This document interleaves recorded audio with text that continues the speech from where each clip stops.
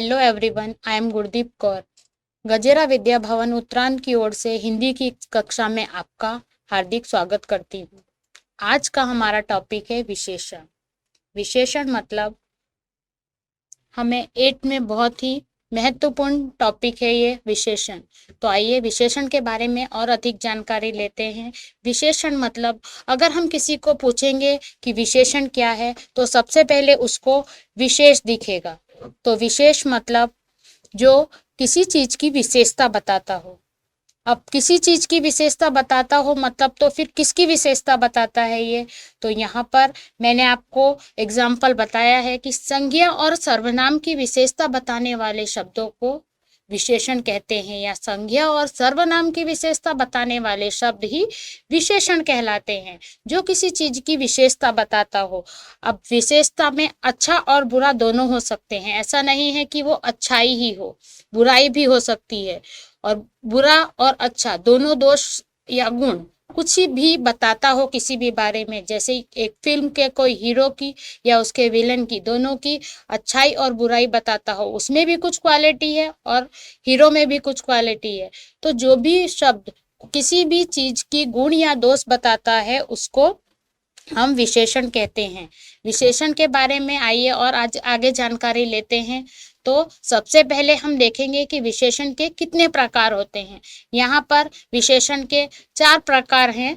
देखिए मैं आपको बताती हूँ। सबसे पहले है गुणवाचक विशेषण।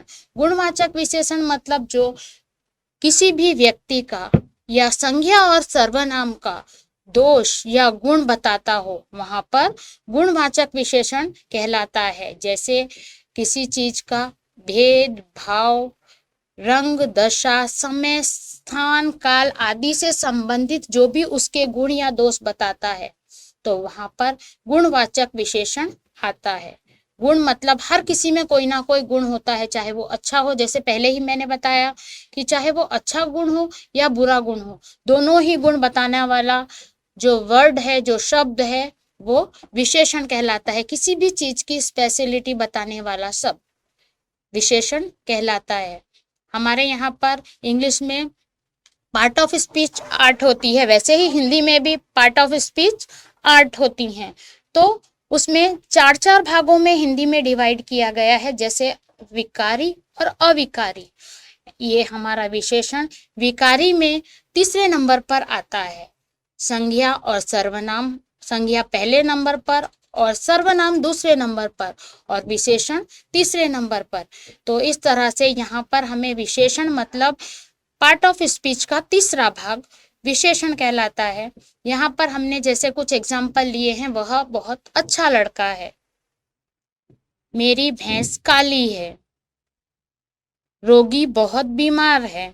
तो इस तरह से जो हम क्वालिटी जिस चीज की बता रहे हैं, तो वह रोगी है, वह मोटा है, वह पतला है, जो भी वह, यह कपड़ा नया है, तो कपड़े की क्वालिटी है कि वो नया है। तो किसी चीज के गुण को बताना मतलब गुणवाचक विशेषण कहलाता है। दूसरे नंबर पर है परिमाणवाचक विशेषण। परिमाणवाचक विशेषण मतलब जिस विशेषण में, जैसे कि नाम से ही पता चलता है, परिमाण के बारे में मतलब नाप तोल की बात की गई हो, जिस विशेषण में परिमाण के बारे में बात की गई हो, उस विशेषण को हम परिमाणवाचक विशेषण, परिमाण की विशेषता बताने वाला शब्द विशेषण कहलाता है परिमाणवाचक। उसके 2 भेद हैं। जैसे पहला है निश्चित परिमाण। परिमाण निश्चित जो होगा कि मुझे 2 किलो दाल चाहिए, मुझे 2 किलो गेहूं चाहिए, इस तरह से जो होगा नंबर, वो निश्चित जो होगा वहां पर हम परिमाण, निश्चित परिमाणवाचक विशेषण कहते हैं।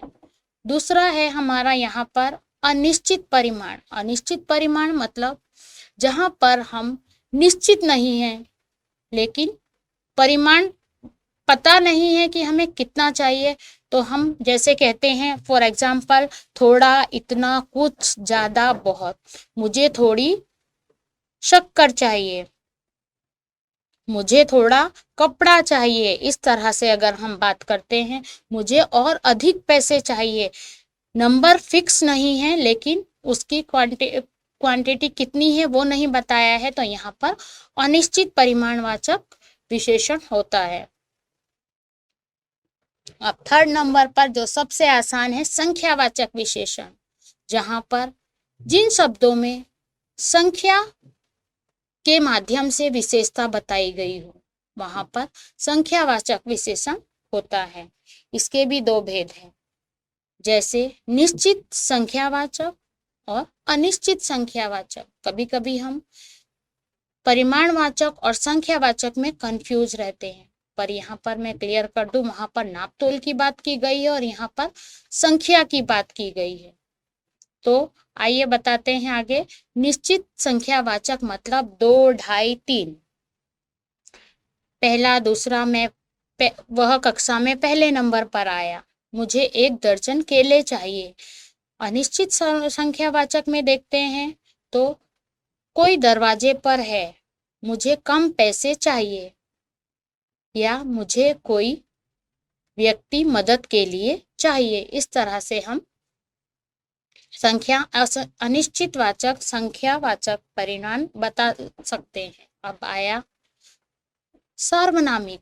सार्वनामिक विशेषण जैसे नाम से ही पता चलता है कि सर्वनाम, जिस संज्ञा से पहले सर्वनाम का बोध होता है, जिस संज्ञा शब्द से पहले अगर सर्वनाम आता है तो वहां पर हम सर्वनामिक विशेषण के नाम से जानते हैं।